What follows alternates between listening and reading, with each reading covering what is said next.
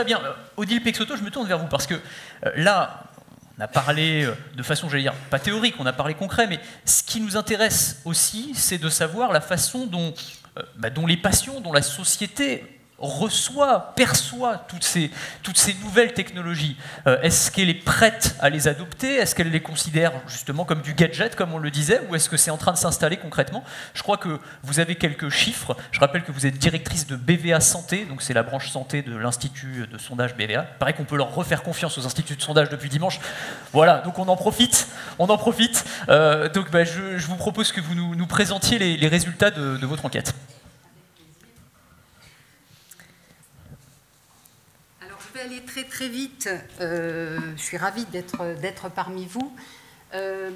Notre sondage, j'ai 5 minutes, donc je vais vous présenter quelques chiffres effectivement, mais il faut savoir que tous ces sujets-là sont très nouveaux pour les Français, et donc nous avons associé au questionnement quantitatif classique beaucoup d'analyses qualitatives, beaucoup d'écoutes, beaucoup d'entretiens d'experts pour avoir dans ce baromètre des tendances quelque chose d'un petit peu robuste, parce qu'on voit bien selon les questions, quand on change un terme et qu'on le remplace par un autre, on a des pourcentages qui varient très très fortement. La santé, c'est un marché extrêmement porteur de l'époque dans laquelle nous sommes. Et je vais vous expliquer pourquoi. Il faut faire un tout petit retour en arrière.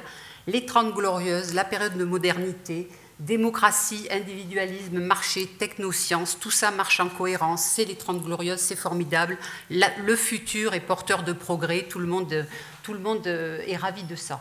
La postmodernité, ça s'effrite un petit peu, chaque pilier s'effrite un petit peu, jusqu'à l'époque à laquelle on est aujourd'hui, et finalement on est passé d'un monde très cohérent à un monde qui est nourri d'injonctions paradoxales. C'est un peu la culture de l'excès et l'éloge de la modération sur tout un tas de secteurs et bien évidemment sur la santé. Et on a donc la dilution de nos 4 piliers dans 2 grands courants, l'hyper-individualisme avec une prégnance particulièrement forte du corps, donc l'importance du corps. Alors évidemment en santé ça parle énormément, mais bien au-delà, il y a tout ce qui est cosmétique, tatouage, voilà, le corps a une importance, l'hybridation, machine, corps humain, etc. Il y a énormément de choses qui vont aller dans ce sens-là.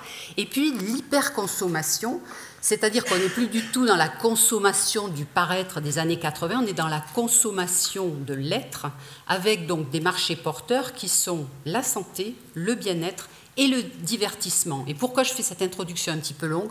Parce qu'au carrefour de la santé et du divertissement, il y a les outils dont on vient de parler.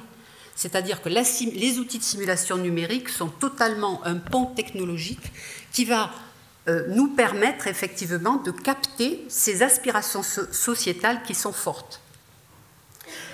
Il y a une deuxième bonne nouvelle, c'est que tout le monde aujourd'hui est équipé d'un smartphone, et le smartphone, il a 2 fonctions aujourd'hui pour, au-delà du patient, d'ailleurs on a parlé beaucoup des patients et de l'éducation thérapeutique, mais aujourd'hui il faut élargir à l'ensemble, puisqu'on est tous plus ou moins patients. À partir du moment où on va avoir des indicateurs biologiques sous le nez qui vous mettent un petit peu en cartographie votre santé, la frontière entre la personne qui est 100% en bonne santé et la personne qui est un petit peu malade, elle devient floue. Donc on va tous être plus ou moins patients, ou en tout cas acteurs de sa santé, ça c'est sûr. Donc 2 fonctions pour le smartphone, outil de démocratisation sanitaire. On a parlé du patient expert, effectivement, on va avoir... alors les outils peuvent défiler aussi sur le smartphone de simulation numérique, et on peut apprendre beaucoup de sa santé, de son état de santé, du fonctionnement de ses organes, de son corps, etc., de la dynamique, comment fonctionne le médicament, pourquoi j'ai intérêt à le prendre, etc. Patients participants, on va aller bien au-delà, on n'en a pas beaucoup parlé, mais on voit qu'aujourd'hui, il y a des projets qui se mettent en place de données de santé de vie en vie réelle, où les patients vont rentrer dans des protocoles de manière volontaire pour participer et peut-être faire une espèce de concurrence aux études phase 4. Il y a déjà des projets qui se mettent en place. Et puis, effectivement, ce smartphone, c'est une orthèse sanitaire. C'est-à-dire, il y a plein d'applications santé, on va avoir des tableaux de bord avec des indicateurs, etc. Donc, tous patients, quantified self, et puis patients numérisés, effectivement. La réalité, troisième point, la réalité virtuelle. On est au début d'une nouvelle révolution. Alors là, c'est des données sur la réalité virtuelle, non pas dans la santé, mais en général. On voit, vous voyez, qu'il y a 14% des Français qui ont déjà essayé et qu'il y a 43% des Français qui aspirent à essayer. Donc on voit qu'on est sur un marché porteur, on est sur une aspiration sociétale importante. Et effectivement, on en a déjà parlé, mais on n'apprendra plus la médecine comme avant. Et cet apprentissage par le visuel, par le 3D, par la simulation numérique, elle touche non seulement les professionnels, non seulement les patients, mais tout un chacun, parce que tout un chacun, je viens de vous le dire, le corps, le fonctionnement du corps, l'aspiration à la bonne santé, sont des choses qui intéressent les gens, sur lesquelles ils sont prêts à passer un peu de temps, et surtout si on leur présente de manière ludique et intéressante, eh bien, ça va les captiver. Et du coup, ça fait des patients un petit peu plus aguerris, un petit peu plus capables de comprendre ce que le médecin va expliquer, etc. 14% déjà d'adeptes des objets de santé connectés, je ne vais pas rentrer dans la liste, on n'a pas le temps, ça n'a pas tellement d'intérêt, mais vous voyez, on a 14% déjà de Français qui ont essayé des choses. Alors ça peut aller du simple comptage de pas jusqu'au monitoring de l'INR, etc. On a tout un tas de marqueurs. On a quand même une crainte dont on parle beaucoup, c'est la crainte d'aller dans cette santé connectée par risque de piratage. On voit que c'est une réelle crainte quand même. 67% des Français ont un petit peu peur de ça. Mais on voit très vite que cette crainte, elle va être balayée par l'usage. Vous voyez, vous avez déjà 27% des Français qui disent « Moi, si une société me propose une appli avec des choses intéressantes pour moi, je lui confierai mes données. » Donc vous voyez, à partir du moment où il y a un petit peu d'éthique dans la gestion de ces données, ça ne sera pas vraiment un frein.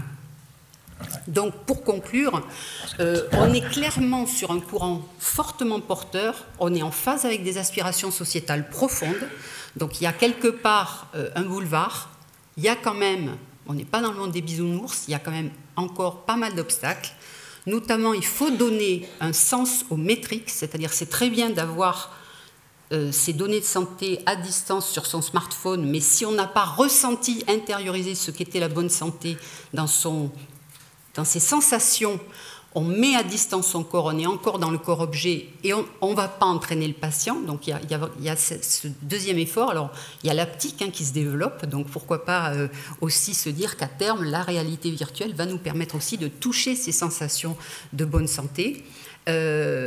Deuxième chose, le DMP, il faut absolument, si on veut que tout ça se fluidifie, devienne vraiment optimisé, il faut effectivement numériser ce dossier patient, il faut libérer les téléconsultations en France, il y a des outils formidables qui existent, il y a des pesanteurs administratives. C'est dommage. La délégation de tâches, pareil, tout ça est lié, d'ailleurs intimement lié.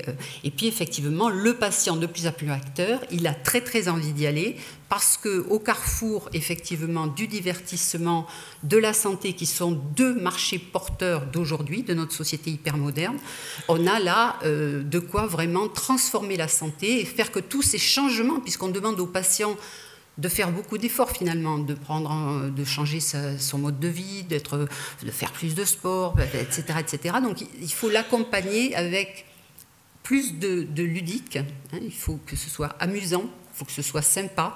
Aujourd'hui, c'est un peu trop compliqué pour vraiment activer ces changements de comportement, pour que tout ça se fasse avec plus de fluidité. Et la simulation numérique est un outil, à mon avis, tout à fait porteur pour cela. Merci Odile Peixoto. On peut l'applaudir. Intéressant.